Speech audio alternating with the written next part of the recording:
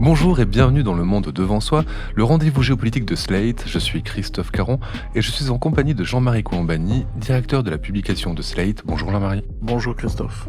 Et d'Alain Frachon, éditorialiste au Monde et spécialiste des questions internationales. Salut Alain. Salut Christophe. Mercredi 8 novembre, les ministres des Affaires étrangères du G7 se sont réunis à Tokyo. Au menu des discussions, la guerre en Ukraine bien sûr, et celle entre le Hamas et Israël. Et à la sortie de la réunion des ministres, le secrétaire d'État américain Anthony Blinken a eu ces mots. The United States believes key elements should include no forcible displacement of Palestinians from Gaza. Not now, not after the war. No reoccupation of Gaza after the conflict ends. No attempt to blockade or besiege Gaza. No reduction in the territory of Gaza. Aucune réoccupation de Gaza après la fin du conflit, aucune tentative de blocus ou de siège de Gaza, aucune réduction du territoire de Gaza. C'est un changement de ton de la part des États-Unis qui affichait un soutien ferme à l'État hébreu depuis l'attaque meurtrière du Hamas le 7 octobre dernier. Et ce changement de ton intervient après la tournée du secrétaire d'État où il a rencontré ses homologues arabes à Amman, en Jordanie, où il a pu échanger avec l'autorité palestinienne à Ramallah, en Cisjordanie. Rencontre au cours de laquelle Blinken a rappelé les positions de Washington, comme la création d'un véritable État palestinien et le retour de l'autorité palestinienne à Gaza, d'où elle a été chassée par le Hamas en 2007. La tournée de Blinken est aussi passée par Israël, où il a demandé l'instauration de pauses humanitaires dans l'offensive de Tsahal à Gaza. Pauses humanitaires finalement accordées par Tel Aviv ce jeudi 9 novembre. Des trêves quotidiennes de 4 heures seront ainsi accordées chaque jour. Enfin, Benjamin Netanyahou vient d'assurer à Fox News qu'il ne chercherait pas à gouverner Gaza. Alors Jean-Marie, Alain, pour commencer, comment expliquer cette inflexion de la position américaine ? Est-ce le résultat des nombreuses critiques des pays arabes ou est-ce celle des voix pro-palestiniennes qui s'élèvent dans le camp démocrate aux États-Unis ? Peut-être un peu des deux, Jean-Marie ? Sûrement un peu des deux, parce que c'est vrai qu'au sein du Parti démocrate, il y a une frange dite progressiste qui est vent debout parce que les images parlent, les images de destruction à Gaza, les images de la foule en détresse, des enfants tués, les chiffres aussi qui sont absolument vertigineux et donc qui font oublier ce qui s'est passé le 7 octobre. Une image chasse l'autre. D'ailleurs, ça n'empêche pas certains même dans cette mouvance de faire abstraction du 7 octobre pour passer directement à ce qui se passe avec toute une frange de cette opinion-là qui pense au fond que Israël est le dernier État colonial. Et donc, en tant qu'État colonial, il doit être combattu. Ça, c'est une fraction de l'opinion parmi les démocrates qui pense cela, notamment dans les universités. Et donc, il y a ce poids-là, et il y a le poids électoral, bien sûr, de cette frange du Parti démocrate. Il y a aussi le fait qu'un récent sondage, je crois, du New York Times, en tout cas demandé par le New York Times, fait état de 47% des sympathisants démocrates qui sont hostiles au tout Israël, c'est-à-dire à aider, quoi qu'il arrive, Israël. Donc c'est aussi une inflexion dans ce camp-là. Je pense que c'est plus important que les pays arabes, parce que les pays arabes, il faut distinguer la rue arabe et les gouvernements arabes. Les gouvernements arabes ne sont pas en désaccord avec l'idée qu'il faille arrêter le Hamas. Personne dans les gouvernements arabes ne favorise ou enfin est allié du Hamas, à commencer par l'Égypte, qui continue de se battre contre les frères musulmans, donc ce n'est pas ça le problème. Et puis on est en même temps dans une autre phase. Les États-Unis commencent à penser à l'après, à parler de l'après. Joe Biden avait été le premier à le faire très vite d'ailleurs, dès sa visite sur place en Israël, où il avait à la fin de sa prise de position, il avait dit mais il faudra 2 États. Et donc ça n'est pas du tout la ligne de Benjamin Netanyahou et de son gouvernement.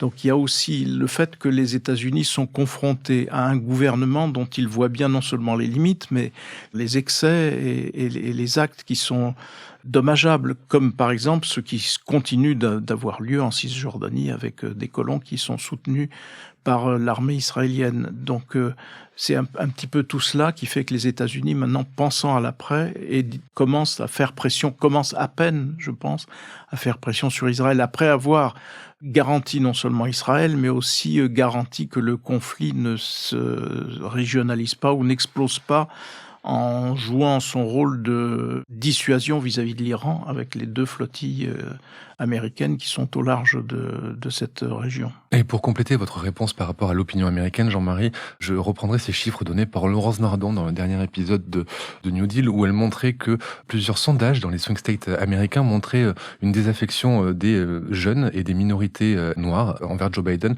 motivés entre autres justement par ses prises de position pro-Israël. Donc il y a aussi dans l'électorat quelque chose qui pousse l'administration américaine à changer un petit peu de ton. Donc on l'a vu, les États-Unis se positionnent un peu différemment, Alain, mais comment ont-ils réussi à faire plier Israël et Netanyahou? On voit finalement qu'il y a cette trêve de 4 heures, cette trêve quotidienne qui va être mise en place, et puis il y a cette déclaration de Netanyahou à Fox News qui dit qu'il ne veut pas gouverner Gaza. Quels ont été les moyens, selon vous, de pression de Washington sur Tel Aviv? Eh bien, je crois qu'au contraire, cette séquence montre le peu de moyens de pression de Washington sur les Israéliens. Je crois que cette séquence confirme une des règles de la communauté internationale aujourd'hui, de ce qui se passe aujourd'hui, c'est la faible puissance des grandes puissances sur les pays qui étaient auparavant leurs clients. Il faut revenir à ce qu'a été la politique de Joe Biden depuis le début de cette affaire. Sa politique a été on a dit embrasse Netanyahou pour le rassurer, pour être solidaire au lendemain de cette tragédie, qui est une tragédie qui est de proportion du 11 septembre 2001 aux États-Unis, une tragédie sans précédent dans l'histoire d'Israël. Et en privé, faire des pressions dès le début. Ces pressions n'ont pas réussi. Ces pressions n'ont pas réussi. Jack Sullivan l'a reconnu, le chef du Conseil national de sécurité. Il y a eu des milliers de morts et il n'aurait pas dû y avoir des milliers de morts. Et donc voilà, je pense que ces pressions sont faibles, qu'elles ont eu moins d'impact que ce qu'imaginait sans doute l'administration américaine. Et je crois que dans l'opinion américaine, et particulièrement dans l'opinion démocrate, et je vais vous citer des sondages, et là ce sont des sondages qui vont bien au-delà de la frange la plus radicalisée dont parlait Jean-Marie, dans les grandes universités américaines, etc. Un sondage commandé par The Economist et l'Institut YouGov, qui dit que moins d'un quart des jeunes électeurs démocrates, alors déjà les jeunes ne votent pas beaucoup, moins d'un quart des jeunes électeurs démocrates approuvent l'action de Joe Biden après le 7 octobre. Et sur le thème, nous ne sommes pas apparus comme un faiseur de paix. L'Amérique n'est pas apparue comme un faiseur de paix, mais a inconditionnellement semblé soutenir l'action de l'armée israélienne à Gaza. Et le titre de l'article du New York Times, c'est « Joe Biden is in trouble ». Joe Biden a beaucoup d'ennuis à se faire. Parallèlement, et sans qu'il y ait une causalité, dans 5 États clés pour la victoire démocrate aux élections dans 1 an très exactement, le 5 novembre 2024, Biden est battu par Donald Trump. Donc, tout ça a joué, pour répondre à votre question, tout ça a joué, et moi, j'en retire plutôt la leçon que si pression il y a eu, et je pense que pression il y a eu de la part de Joe Biden à l'adresse de Netanyahou, de même que de la part du secrétaire d'État Blinken, eh bien, n'ont pas été très efficaces et elles ont prouvé, à contrario, la marge d'autonomie du gouvernement israélien par rapport à ce protecteur qu'est l'Amérique. Et donc, on a aussi le sentiment que la Maison-Blanche court après la perception qu'elle a laissée s'installer aux États-Unis. Mais aux États-Unis, c'est important, puisqu'on est en année électorale. Moi, je voudrais juste je ne suis pas en désaccord avec l'idée que, en effet, les puissances moyennes aujourd'hui s'imposent aux grandes puissances, et à commencer par Israël vis-à-vis des États-Unis, mais je voudrais faire juste 2 remarques. D'abord, les sondages sont ce qu'ils sont, les électeurs aussi ont voté. Et il y a eu des élections importantes, aussi bien au niveau du gouvernorat que de la représentation dans des États comme la Virginie, l'Ohio. Kentucky aussi. Et ces élections ont toutes été gagnées par les démocrates, dans des endroits où on n'attendait pas leur victoire. Donc ça vient corriger peut-être le sentiment que ceux qui s'expriment aujourd'hui contre la ligne défendue par Joe Biden seraient majoritaires ou pourraient emporter la décision. Donc c'est un élément qu'il faut avoir en tête. Et l'autre chose qui m'a frappé, c'est le changement de ton, mais absolument radical, du secrétaire d'État. Il faut repartir du point de départ, c'est-à-dire de la déclaration de Netanyahou disant « mais de toute façon, on continuera de s'occuper de la sécurité à Gaza. On gardera la main sur la sécurité à Gaza ». Dans la journée qui a suivi ou les heures qui ont suivi, Blinken a dit plusieurs fois non. Il n'y aura pas ceci, il n'y aura pas cela, apportant un démenti d'une rare fermeté par rapport à ce que fait ou voudrait faire le gouvernement israélien. Et je pense que ça va être de plus en plus visible que ce gouvernement israélien, au fond, le plus tôt les Israéliens s'en débarrasseront, le mieux on pourra avancer et le mieux les États-Unis pourront faire prévaloir une ligne qui soit une ligne d'où l'on puisse sortir avec une perspective politique. Je voudrais rajouter 2 points là, à ce qu'a dit Jean-Marie. Sur les élections partielles, il y a eu 3 États qui ont frappé l'opinion à ce point de vue, qui sont habituellement d'ailleurs plutôt des bastions républicains. Dans le Kentucky, dans l'Ohio et dans l'Illinois et en Virginie, 4 États même. À chaque fois, les démocrates ont soit conservé leur poste de gouverneur, par exemple, ça a été le cas dans le Kentucky, soit battu un républicain. Sur un thème, un seul thème, et c'est intéressant. L'avortement, bien sûr. L'avortement, voilà. Et le deuxième point qui explique aussi la difficulté de positionnement du gouvernement américain dans cette histoire, il peut toujours dire 2 États, 2 États, 2 États, mais tant que les États-Unis ne convoqueront pas une conférence internationale, ne montreront pas qu'ils sont capables de réunir l'ensemble des pays arabes et l'autorité palestinienne pour dire on ne peut pas continuer comme ça, personne n'y croira à 2 États. Le programme officiel de la coalition au pouvoir aujourd'hui en Israël, c'est l'annexion de la Cisjordanie. Donc, comme le disait Jean-Marie, plus tôt il y aura une nouvelle majorité et plus les chances d'une évolution vers une négociation seront grandes. Mais c'est tout le problème, je vais vous donner un exemple historique, c'est tout le problème du positionnement de l'administration Biden dans cette histoire. Lorsque le président Bush père, en 1991, décide de chasser par la force les troupes irakiennes du Koweït, il arrive à former une coalition internationale dans laquelle il met la quasi-totalité des pays arabes, y compris des pays comme la Syrie d'Hafez el-Assad. Et il leur promet, lorsque les troupes irakiennes seront chassées du Koweït, je convoquerai, vous tous, plus des représentants de l'OLP, plus des représentants israéliens, je convoquerai une réunion internationale pour lancer une négociation de paix au Moyen-Orient. Le premier ministre israélien, Shamir, qui appartenait au Likoud, à la droite traditionnelle, refuse d'y aller. Que fait le président Bush et son secrétaire d'État, James Baker? Il dit bien, dans ces conditions-là, j'enlève la garantie du gouvernement fédéral américain à tous les prêts bancaires privés américains à Israël. Immédiatement, M. Shamir est venu à cette conférence qui s'est tenue à Madrid avec tous les Arabes, avec l'OLP et donc avec Israël, et qui est le prélude à ce qui va devenir les accords d'Oslo. Ça, c'est la dernière fois que le gouvernement américain a publiquement affiché une politique de pression à l'adresse d'Israël. Depuis, ça n'a plus jamais été le cas, que l'administration soit démocrate ou républicaine. Et ce dont on a le sentiment, c'est que c'est ça qui a manqué dans la politique de l'administration Biden. C'est pas la solidarité manifestée à Israël au-delà d'un massacre atroce. C'est pas ça. Ce qui a manqué, ça a été 15 jours ou quelques semaines plus tard, un accompagnement politique crédible. Il a été question du retour de l'autorité palestinienne à Gaza, qui est pour l'instant en Cisjordanie. Est-ce que c'est quelque chose qui est envisageable? Et déjà, est-ce que cette autorité palestinienne est suffisamment forte, Jean-Marie? Objectivement, quand on la regarde, elle n'existe pratiquement plus. C'est devenu quelque chose d'assez insaisissable.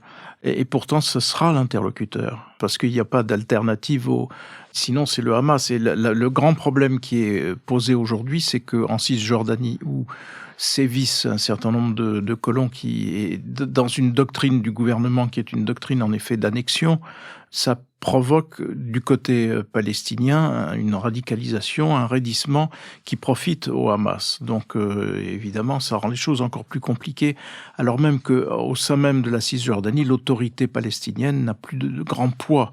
Parce que Mahmoud Abbas est âgé, parce que le système s'est un peu délité, c'est même fortement délité. parce qu'il est réputé corrompu, ainsi de suite. Donc voilà, c'est une inconnue, mais en même temps, je ne vois pas que ça ne puisse pas être l'interlocuteur obligatoire. Les dernières élections qui ont eu lieu à Gaza, c'était en 2006. Alain, se sont soldées par la victoire du Hamas. Il devait y en avoir en mai 2021. Elles n'ont pas été organisées.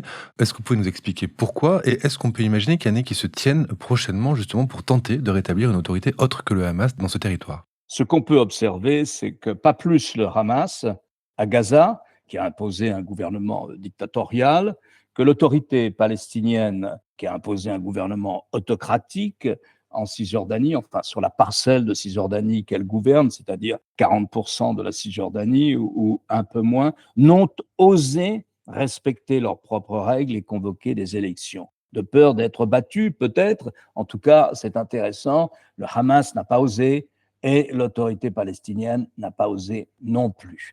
Voilà, qu'est-ce qui se passe à partir de là? Moi, je partage le sentiment de Jean-Marie. Je pense que ça ne peut être que l'autorité palestinienne. Donc, il y a des pistes assez intéressantes, si vous voulez, c'est de dire qu'au fond, dans la mesure où on n'éradiquera pas le Hamas, c'est pas l'État islamique sur le plan, si vous voulez, de son implantation locale. Il n'y avait pas d'implantation locale de l'État islamique, un petit peu dans la partie sunnite de l'Irak. Le Hamas, on peut le regretter, mais c'est comme le Hezbollah. C'est une réalité palestinienne. Ça fait 15 ans qu'ils gouvernent, entre guillemets, Gaza. Ils ont sans doute détourné beaucoup plus l'aide internationale pour faire des roquettes et des fusées que pour s'occuper de la situation de leurs administrés. Mais enfin, ils sont là. Et vraisemblablement, il faut regarder les choses comme elles sont. Le 7 octobre a renforcé leur popularité dans la population palestinienne, aux dépens de l'autorité palestinienne, du Fatah. Et donc l'idée qui est avancée, c'est de refaire une organisation de libération de la Palestine dans laquelle le Hamas serait représenté. Il faut souhaiter qu'il soit minoritaire, mais dans lequel il y ait une représentation du Hamas noyée avec d'autres composantes du mouvement national palestinien. On n'en est pas là pour le moment. C'est un mouvement national qui est en miettes. Pour rappeler les résultats de 2006, le Hamas avait eu 74 sièges sur 132 au Conseil législatif palestinien pour seulement 45 pour le Fatah. On va revenir sur ces pauses humanitaires qui ont été décrétées par Netanyahou dans l'offensive sur Gaza. C'est des pauses de 4 heures par jour. Jean-Marie, est-ce que ça a vraiment un sens? Et est-ce qu'on sait pourquoi il a finalement autorisé ces trêves? C'est bon à prendre de toute façon, même si c'est en effet, ça paraît un petit peu dérisoire, mais néanmoins ça existe, et si ça existe, ça aidera, évidemment dans une proportion probablement insuffisante. Tout ça vient du fait que la logique d'un cessez-le-feu est inopérante, parce que un cessez-le-feu en termes réels, c'est figer une situation à l'avantage du Hamas, parce qu'il a réussi sa sortie, il a réussi à bouleverser la donne, et puis ça s'arrêterait là.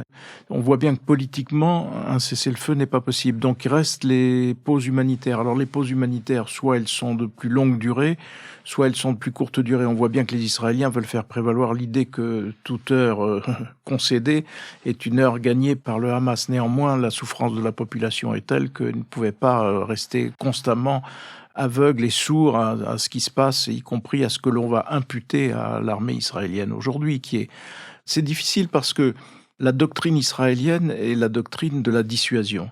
La dissuasion a été balayée par l'opération du Hamas du 7 et du 8 octobre. Donc Israël cherche à la rétablir. Et pour la rétablir, écraser le Hamas, en effet. Et traditionnellement aussi, Israël, on le sait bien, quand il y a quelqu'un qui a mis une bombe ou et qui est recherché, c'est sa maison qui va être dynamitée. Donc il y a un système malgré tout de punition collective qui est appliqué par Israël. Mais là, la punition collective à cette échelle pose problème. Et il pose problème aux pays même qui soutiennent Israël et qui les soutiennent de bonne foi. Donc je pense que c'est tout cela qui fait que, in fine, le gouvernement israélien a concédé cela. C'est peu, en effet, mais c'est au moins ça qui existera. Ce cessez-le-feu, on peut le voir à moyen terme, selon vous, Alain. Il faudrait quoi, d'ailleurs, pour que ce cessez-le-feu puisse être envisagé par Israël? Le retour des 250 otages détenus par le Hamas ou l'éradication totale du Hamas? Je crois que l'éradication totale du Hamas n'est pas possible. D'ailleurs, c'est présenter les choses de façon curieuse. Quand le Premier ministre israélien dit ça, nous voulons l'éradication totale du Hamas, et que Blinken opine du chef aussi. Lorsque Benjamin Netanyahou dit le Hamas c'est l'État islamique, alors c'est peut-être l'État islamique dans l'horreur, hein, mais c'est pas l'État islamique, non. La comparaison me semble très largement inopérante. À plus forte raison, lorsque les chefs du Hamas sont installés à Doha, au Qatar, et que le Qatar abrite la plus grande base aérienne américaine dans la région du Golfe, une base très très importante pour les États-Unis, et les États-Unis et le Qatar s'entendent très bien. Donc, si vous voulez, de deux choses l'une, si c'est l'État islamique, alors ils n'ont pas pignon sur rue à Doha. Donc, on est dans un mélange de confusion, d'excès rhétoriques qui, je crois, n'apportent pas grand-chose. Cessez le feu, c'est ce qu'a dit Jean-Marie. Et je note qu'il y a aussi une évolution de la sémantique de la part du président Macron, qui a parlé de cesser le feu lorsqu'il a réuni, je crois que c'était hier ou avant-hier, à l'Élysée, un panel international d'ONG et de gouvernants pour apporter une aide humanitaire importante à Gaza. Donc, cessez-le-feu, ce sont les Israéliens qui sont maîtres du vocabulaire. C'est eux qui diront « nous avons considérablement dégradé l'appareil militaire du Hamas, nous avons dégradé leur usine d'armement, nous avons dégradé leur artillerie, leurs réserves de munitions, et donc la situation a changé et nous pouvons parler d'un cessez-le-feu ». Mais on n'en est pas là pour le moment, même si, comme le disait Jean-Marie, devant l'ampleur des destructions, eh bien, le terme de cessez-le-feu est en train de dominer justement ce discours sur que faire à Gaza. Mais ce sont les Israéliens qui sont maîtres du discours à cet égard. C'est compliqué dans la situation actuelle. D'abord, c'est insoutenable. Il y a des images évidemment insoutenables des bombardements et de leurs conséquences. Mais pour se mettre à la place de ceux qui ont subi l'agression du Hamas les 7 et 8 octobre, il faut penser au choc qu'avait été pour nous le Bataclan et multiplier. Multiplier, c'est plusieurs Bataclans qui ont eu lieu ce jour-là. Donc imaginons, rappelons-nous le choc ressenti en France et multiplions ce choc pour essayer de comprendre le choc en retour que ça peut provoquer chez les Israéliens. Et à partir du moment où ils se considèrent, à juste titre, comme agressés et face à des bandes armées qui veulent les exterminer, car c'était des opérations d'extermination, leur réflexe naturel, normal, légitime, c'est de dire le mot éradiquer vient de là, je vais éradiquer le Hamas puisque le Hamas veut nous éradiquer. Les politiques reprennent ces termes parce que c'est au cœur du ressenti, de l'émotion de ceux qui ont subi ces attaques. Et donc, du coup, se fait la transposition avec la Deuxième Guerre mondiale, ce qu'ont subi les Juifs à l'époque, et le fait que quand on a combattu le nazisme, c'était bien pour l'éliminer, et on l'a combattu avec des conséquences on dit maintenant collatérales, considérables. Donc c'est ça la réaction des Israéliens, je pense, de ceux qui vivent cela. Il faut vraiment faire la référence, je crois, au Bataclan et avoir ce coefficient multiplicateur pour comprendre un petit peu ce qui peut se passer dans les réflexes et dans les mots employés par Israël aujourd'hui. À quoi il faut ajouter, ce qui n'était le cas ni dans le Bataclan, ni lors de l'attentat contre le Bataclan, ni lors du 11 septembre 2001 aux États-Unis, mais il faut ajouter 240 otages, dont des enfants, des adolescents, des personnes âgées, des malades, des femmes, tout ce qui a été dit sur la diversité des otages qui ont été saisis par le Hamas et le djihad islamique. Il y avait deux organisations le 7 octobre, qui compliquent en plus l'équation cessez-le-feu, pas cessez-le-feu. Cessez-le-feu peut être aussi un moment de négociation possible pour récupérer les otages. Pour terminer, une question sur un événement prévu en France ce dimanche 12 novembre, une marche contre l'antisémitisme à l'appel des présidents de l'Assemblée nationale Yael Braun-Pivet et du Sénat Gérard Larcher. Le problème de cette marche, c'est que les responsables du RN et de Reconquête, Marine Le Pen, Éric Zemmour et Marion Maréchal Le Pen, ont annoncé leur venue et Marine Le Pen a elle-même encouragé les adhérents du RN à manifester, ce qui pose problème à certains, à LFI en tête, mais d'autres aussi, qui ne souhaitent pas manifester contre l'antisémitisme avec le RN, héritier du FN, parti fondé par des antisémites, parti qui a longtemps porté des idéaux et des pensées antisémites. Quelle est votre position, vous, par rapport à cette marche et à la présence de l'extrême droite à cette marche, Jean-Marie ? Et moi, je pense que c'est pas la présence de l'extrême droite à cette marche qui doit nous empêcher de marcher. Parce que le mot d'ordre est simple, il s'agit de montrer que l'on est prêt à faire barrage à l'antisémitisme. Que nous sommes dans un pays où il y a eu plus de 1000 actes d'antisémitisme. Et donc, c'est inacceptable. Et donc, de marcher pour cela. Après, ne mêlons pas les considérations de cette nature, parce que quiconque se sent face à l'antisémitisme décidé à, la communauté des Français de confession juive vivent dans l'insécurité aujourd'hui, dans la perception de cette insécurité. Donc qu'aujourd'hui, on prenne conscience qu'il y a un problème d'antisémitisme en France et que l'on demande une marche, même si c'est une marche qui a été improvisée, décidée sans concertation, avec des mots d'ordre qui incluent d'ailleurs la préoccupation des otages, sur laquelle on peut discuter, mais néanmoins le terme fédérateur, c'est de marcher contre l'antisémitisme, ça me paraît indispensable de faire abstraction du reste. Après, moi, je vous citerai volontiers ce que Jean-Luc Mélenchon disait au seuil d'une manifestation contre la réforme des retraites, où Marine Le Pen avait annoncé sa présence. Il avait dit « Mais pourquoi voulez-vous que je la récuse ? Elle fait un pas vers l'humanisme. Au nom de quoi la récuserais-je » Le raisonnement vaut aujourd'hui aussi. Bien sûr, le Front National était antisémite. Bien sûr, Jean-Marie Le Pen est antisémite. Mais dès 2015, Marine Le Pen tourne le dos, rompt avec son père et fait des pas et des phrases et voilà, pour montrer qu'elle ne l'est pas. Tant mieux. Qu'est-ce qui nous différencie des années 30 aujourd'hui ? Le fait que toutes les institutions en France sont vent debout contre l'antisémitisme et décidées à faire barrage. Le fait qu'il y a eu 1000 et quelques actes antisémites en France, mais il y a eu plus de 500 interpellations. C'est ça la différence. Et qu'un parti d'extrême droite veuille se mêler à cela, personne n'est dupe. Personne n'est dupe du fait qu'elle vient là, précisément, entre autres, pour montrer qu'elle a pris ses distances avec l'ancien Front National. Et pour nous en convaincre, tout ça est évidemment... Mais tout le monde a des arrière-pensées dans les partis politiques et dans ce genre de choses. Arrêtons-nous simplement au mot d'ordre qui est demandé.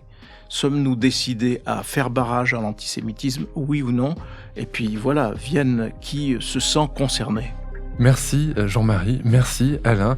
Alain, je rappelle votre chronique chaque jeudi dans Le Monde et sur lemonde.fr et la réédition en poche de votre livre L'ère des dictateurs chez Tempus. Jean-Marie, quant à vous, je rappelle votre participation à l'émission Politique sur France 24 le jeudi aussi. Merci messieurs et à la semaine prochaine. Merci Christophe. Merci Christophe. Le Monde devant soi est un podcast produit par Slate Podcast avec Jean-Marie Colombani et Alain Frachon.